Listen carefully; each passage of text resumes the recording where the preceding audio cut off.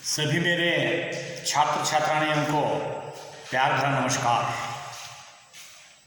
और आज एक नए जो विषय वस्तु के साथ एक साहित्य के एक नए विधा एकांकी के बारे में अपनी जानकारी प्राप्त करेंगे। आज की जो एकांकी है सूखी डाली, लेखक है उपेंद्र नाथ अश्क जी।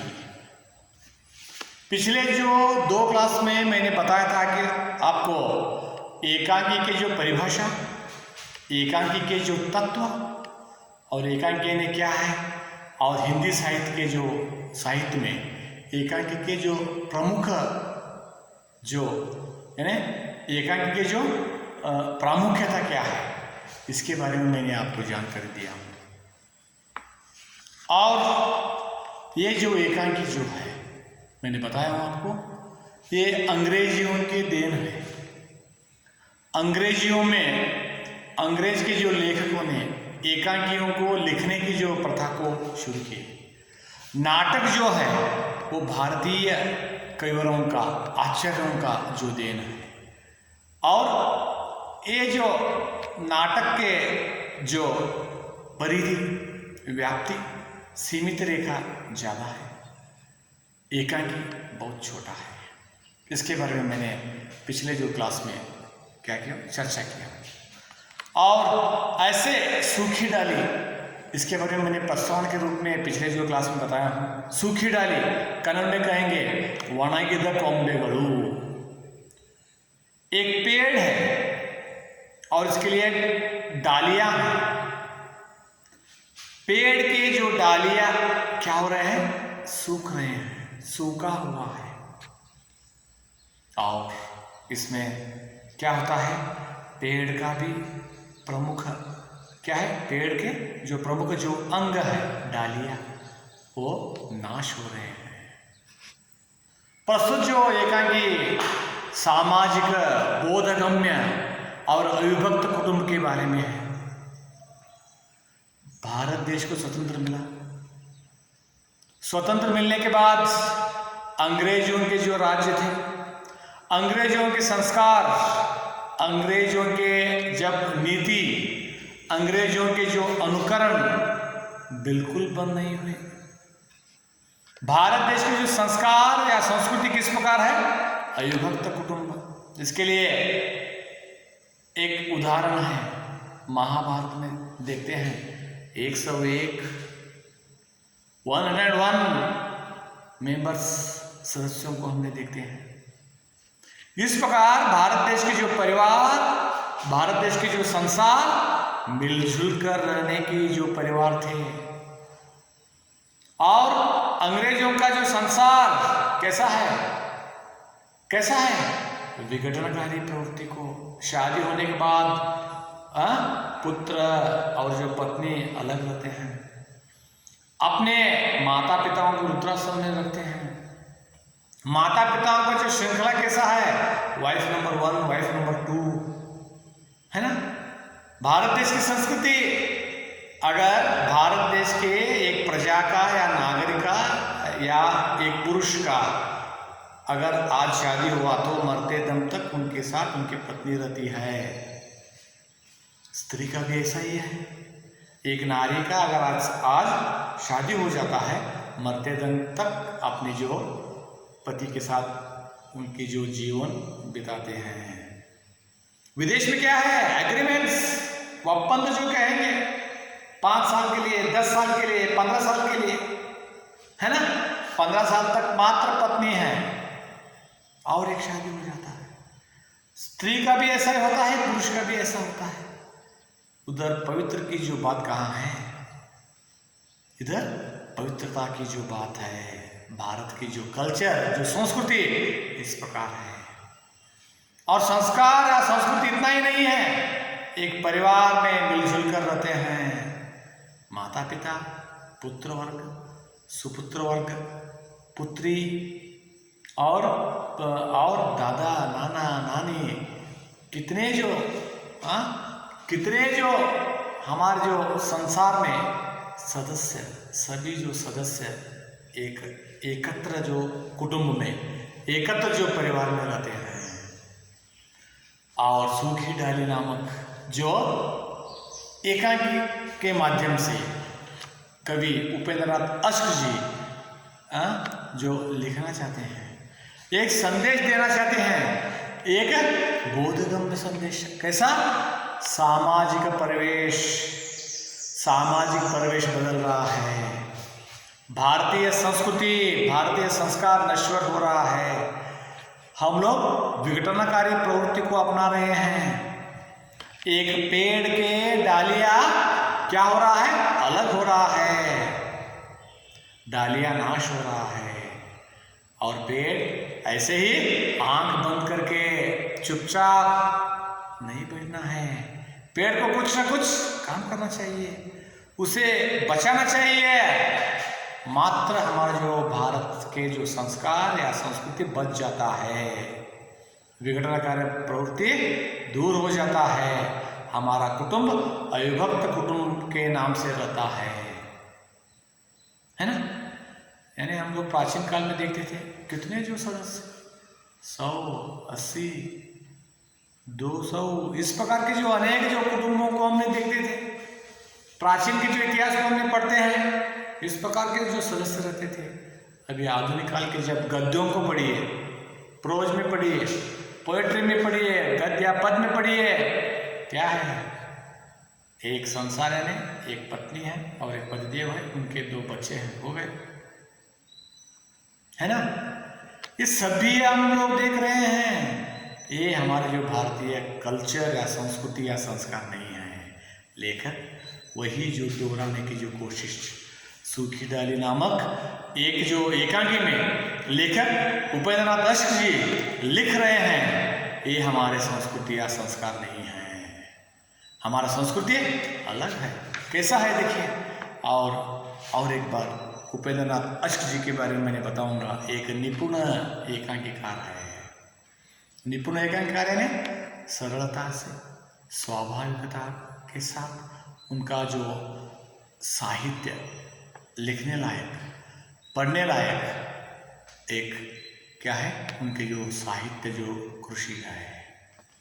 और प्रस्तुत जो एकांकी में वातावरण एवं प्रातान यानी पात्रानुकूल साहित्य है। पात्र के साथ साहित्य का जो चयन बहुत ही सही ढंग से हुआ है, स्वाभाविकता के साथ हुआ है। एकांकी लिखना बहुत समस्यास्पद है, बिग क्वेश्चन है, बढ़िया प्रश्न है, क्योंकि लिखते हैं लेकिन एकांकी लिखकर बैठना नहीं है। एकांकी को रंगमंच पर खेलना है, और खेलने के बाद वो किस प्रकार जब देखने वाले हैं उन लोगों को कहेंगे दर्शकों के ऊपर प्रभाव किस प्रकार है वो देखना है। आलोचना करते रहते हैं, जब देखते हैं, देखने के बाद ये जो स्टोरी, ये जो कथा किस प्रकार प्रभावशाली है वो देखना है ना। इसलिए ये ऐसे जो एकांकीकार अश्क जी है और उनके जब लेखन, उनके जब एकांकियाँ बहुत ही प्रभावशाली है, और यथार्थ और वास्तविकता का जो चित्रण है उसमें, ये बहुत ही महत्वपूर्ण की जो बात है। यानी वास्तविकता, ये जो कथा को, ये जो एकांकी को हम इधर देखते हैं, उधर समाज में देखते हैं। इस प्रकार का जो बोधगम्य जो एकांकी सूखी डाली है। और प्रस्तुत जो एकांकी में 2 पात्र हैं मुख्य रूप में, पुरुष पात्र, स्त्री पात्र। पुरुष पात्र में देखिए दादा, करमचंद, परेश, भाभी और मल्लू, इस प्रकार पुरुष जो पात्र है। स्त्री पात्र में देखिए बेला छोटी बहू है, और छोटी भाभी बेला की सास या इंदु की माँ है, और मंझली भाभी है, बड़ी भाभी है, मंझली बहू है, बड़ी बहू है, और रजवा है, और पारो नामक, इस प्रकार स्त्री पात्र है। मैंने पिछले जो क्लास में मैंने बताया था आपको, कहानी के तत्व, मैंने जो बताया था आपको एकांकी के जो तत्व, एकांकी के जो परिभाषा और इधर जो कितने जो पात्र हैं, इन सभी के बारे में मैंने बताया था और बताया था कि पढ़ने के लिए शुरू कीजिए, यानी पढ़ने के लिए शुरू कीजिए, क्योंकि ये जो एकांकी पढ़ने से मालूम होंगे। इसलिए मैंने आपको विस्तृत रूप में तत्वों को बताया हूँ, पात्रों के बारे में बताया हूँ, कथोपकथन या डायलॉग्स के बारे में बताया हूँ, कौन सी जो देश की स्टोरी है, देश का वातावरण में बताया हूँ और उद्देश्य के बारे में बताया हूँ, और बाद में रंगमंची एवं अभिनयता के बारे में ये जो एकांकी किस प्रकार है। इन सभी जो बातों के बारे में मैंने पिछले जो क्लास में आपके साथ चर्चा किया हूँ। मैं यह समझता हूँ कि आप घर में तत्वों के साथ, परिभाषा के साथ आप लोग पढ़े हैं। ऐसे जो विश्वास के साथ मैं सूखी डाली नामक जो एकांकी के विमर्शा करूँगा, सारांश बताऊँगा। देखिए, प्रस्तुत एकांकी सूखी डाली में एक सम्मिलित परिवार का चित्रण है जो शांतिपूर्वक जीवन व्यतीत कर रहा था तथा जिसकी यह मान्यता थी कि सम्मिलित परिवार एक विशाल वटवृक्ष की हरी भरी डाली के समान है। प्रस्तुत जो एकांकी की जो शुरुआत एक परिवार के साथ है। ये जो परिवार समझता है हम लोग मिलके रहते हैं, परिवार में सब लोग समान हैं और पूर्वजों को, बड़े लोगों को इधर इज्जत है और सभी उनके जो मार्गदर्शन के साथ, हमारे जब नाना या नानी के जो मार्गदर्शन के साथ हम लोग आराम रहते हैं। इस प्रकार की जो संस्कृति संस्कार इस जो परिवार का है और उस जो परिवार में दादा नामक एक वटवृक्ष है, वो एक पेड़ के समान है। उनके जो बहू, बेटे, सुपुत्री वर्ग सभी क्या है, इस पेड़ के डालियों की जो समान है और डालियों की जो समान है। पेड़ दादा है और उनके जो सभी जो परिवार के जो सदस्य, उनके बेटे, बहू वगैरह सभी क्या है, डालियों के समान है। इस प्रकार का एक मिलजुल रहने लायक एक परिवार में, खुशी के साथ रहने वाले एक परिवार में एक जो समस्या निर्माण होता है, उनके पुत्र का, छोटे जो पुत्र का जो शादी हो जाता है, परेश, उनका जो शादी हो जाता है। शादी होने के बाद बेला नामक जो बहू उनके जो घर में प्रवेश कर लेती है। देखिए, जब इसमें व्यक्ति, परिवार और समाज में व्यापक रूप से व्याप्त आधुनिक संघर्ष और मनोवैज्ञानिक स्थितियों को बड़ी सूक्ष्मता से नियोजित किया गया है। दादाजी के संयुक्त परिवार में छोटी बहू बेला के आ जाने से जो हलचल मच जाती है वह सभी की चर्चा का विषय है। छोटी बहू बेला की जो प्रवेश इस जो परिवार में जब होता है, उस समय संसार या परिवार या कुटुंब की जब वातावरण बिगड़ जाता है। और ये जो बेला है आधुनिक मॉडर्न लड़की है और घर के जो सदस्य पिछले संस्कार की जो क्या है, जब सदस्य है। बेला शिक्षित है, एजुकेट, और घर के कितने जो बहुएं हैं उनसे अलग है। बेला उस घर में जीवन यापन करने के लिए कोशिश करती है, लेकिन संकट उनके जो सम्मुख आ जाते हैं। एक शिक्षित नारी को जब गांव प्रदेश के जैसे, ग्रामीण प्रदेश के जैसे जो घर में या परिवार में क्या नहीं है, एक रूप में इज्जत नहीं है, मान मर्यादा नहीं है, तो वो क्या समझती है, ये घर नहीं है, बेघर है समझती है। और कुछ जो नारियां भी ऐसे ही हैं, महिलाएं ऐसे हैं, कुछ लड़कियां ऐसे हैं, अगर जब सब लोगों के साथ मिलजुल रहने लायक अगर उनमें बुद्धिमत्ता है, कैरेक्टर्स है, गुणलक्षण है, तो एजुकेट कितना भी हो, शिक्षित कितना भी हो, सब लोगों के साथ मिलजुल रहने लायक अगर प्रसंग को अपनाते हैं तो वो भी जो महिलाएं हैं। लेकिन प्रस्तुत जो एकांकी का जो विषय वस्तु रहा मेला उस समय उस जो घर में जब बेला जो है, बेला उस जो घर में मिलजुल कर रहने के लिए कोशिश करती है, प्रयत्न करती है, लेकिन वो मिलजुल रहने लायक नहीं हो सकता। उनके मन में मनोकामना आता है, मन में एक नए जो शब्द विघटन, डिवाइड एंड रूल। मेरे पतिदेव तहसीलदार है, तहसीलदार को लेकर मैं अलग रहना चाहती हूँ, मैं अलग रहना चाहती हूँ। इस प्रकार के जो आवाज दादा के जो कान तक पहुँचता है। दादाजी सभी जो बहुओं को, पुत्रों को, अपने पत्नियों को, सबको उन्होंने बुलाता है, बुलाकर समझाते हैं।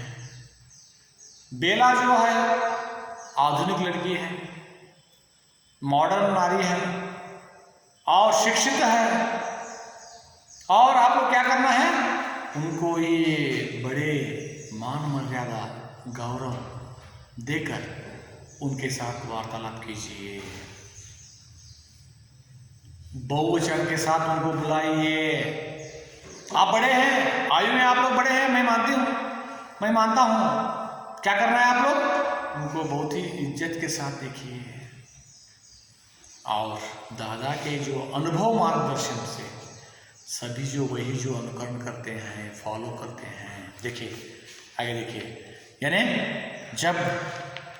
जब वह दादाजी के संयुक्त परिवार में छोटी बहू के आ जाने से जो हलचल मच जाती है, वह सभी की चर्चा का विषय है।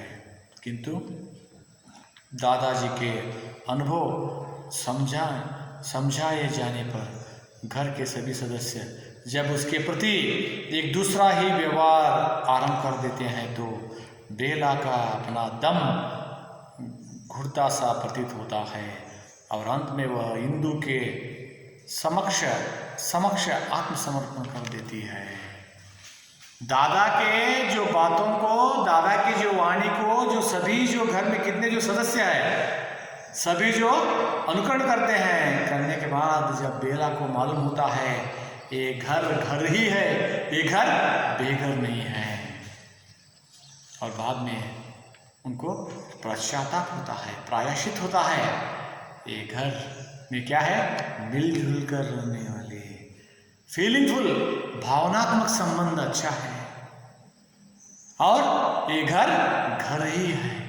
इस प्रकार वो समझने के बाद, पश्चाताप आने के बाद वो बेला सुधर जाती है, और अंत में इस प्रकार दादाजी की परिपक्व बुद्धि द्वारा एक असहयोगिनी कितनी जल्दी गृह कार्य में सहयोग देने लगती है।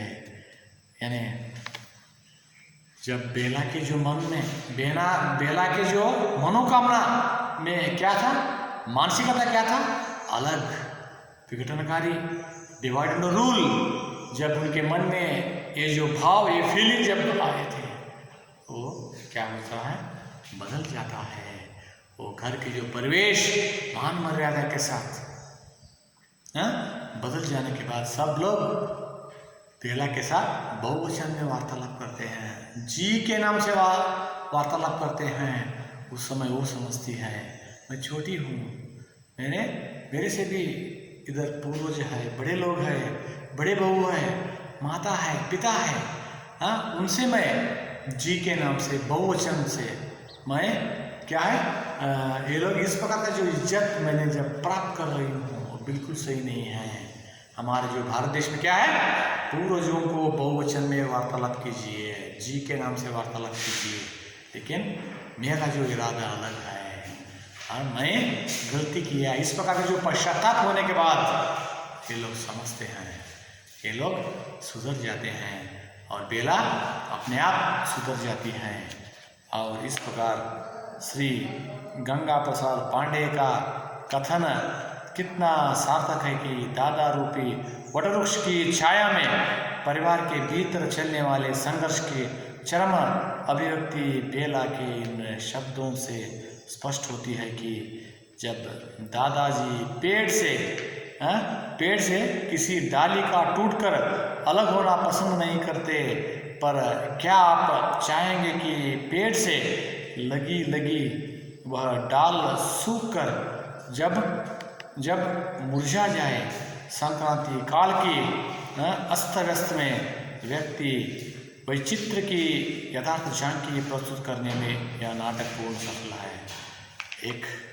एक अच्छा जो कविवर यानी श्री गंगा प्रसाद जी पांडे जी ने इसका जो आलोचना की है, क्या कैसे उनका जो अभिमत है अश्क जी द्वारा, उपेंद्र नाथ अश्क जी द्वारा लिखित ये जो एकांकी कितना जो सफल बना है। उन्होंने लिखते हैं, जब दादाजी पेड़ के समान हैं और पेड़ की जो डालियां सूख रहा था, सूखने के बाद क्या होता है, पेड़ से नीचे गिरता है। उस समय उस जो डाली का वैल्यू, मूल्य क्या है, वही एक पेड़ अगर हमेशा हरा भरा पत्ता से है, हरा भरा पत्ता क्या है, स्माइलिंग फेस, हसनमुख है तो क्या है, खुश है समझिए। और इसीलिए पेड़ दादा के समान है। पेड़ क्या किया, जब पत्तों को, अपनी जब डालियों को समझाने के बाद हरा भरा ऐसे ही रुका। और दादा ने क्या किया, उन सब डालियों को क्या किया, एक अपनी बुद्धिमत्ता से, अनुभव से, एक घर किस प्रकार विघटन हो रहा था, इसके लिए कारण क्या है, आप लोग क्या करना है, आपकी जो मान मर्यादा क्या है, आपकी जो गौरव क्या है, इज्जत यानी क्या है, ये सभी उन लोगों को समझाकर जब नए जो बहू जो घर में जो प्रवेश की थी, उनकी जो मनोकामना, उनकी जो इच्छाएं, आशाओं के साथ वो किस प्रकार अपने जो घर में प्रवेश की है, और वही जो मान मर्यादा के साथ उनको देखने के लिए अगर शुरू किया, उस समय वो भी मान गई। और मानने के बाद वो घर के जैसे ही रहा। प्रस्तुत जो एकांकी में वही जो भाव व्यक्त हुआ है। सूखी डाली के लिए वैल्यू नहीं है, यानी हरा भरा है तो, ग्रीनी है तो सब लोग देखेंगे, अगर सूखी हुई डाली क्या वैल्यू है, वो मूल्य नहीं है। और इसीलिए हरा भरा पत्ते के लिए क्या चाहिए, वो हमेशा पेड़ करना ही चाहिए। वही जो काम पेड़ के जैसे कौन किया, इधर दादाजी ने किया। इस प्रकार प्रस्तुत जो एकांकी एक बोधगम्य, एक समाज में एक परिवार टूट रहा था और बाद में अंतिम में वो किस प्रकार मिलजुल करने के लिए शुरू किए, ये जो बात उसमें व्यक्त हुआ है, वही है सूखी डाली। आप लोग घर में पढ़िए, इसमें जो विषय वस्तु है आपको मालूम भी हुआ है, और इसका सारांश मैंने आज बताया हूँ। आप लोग विस्तृत जानकारी के लिए आप लोग रोज 1-2 पेज 3 पेज पढ़िए। प्रस्तुत जो एकांकी 3 अंकों में बांटा गया है और बहुत ही सरल ढंग से आप लोग समझ सकते हैं। और आज का जो क्लास रहा सूखी डाली नामक एकांकी का। ठीक है, धन्यवाद। फिर एक बार थैंक यू।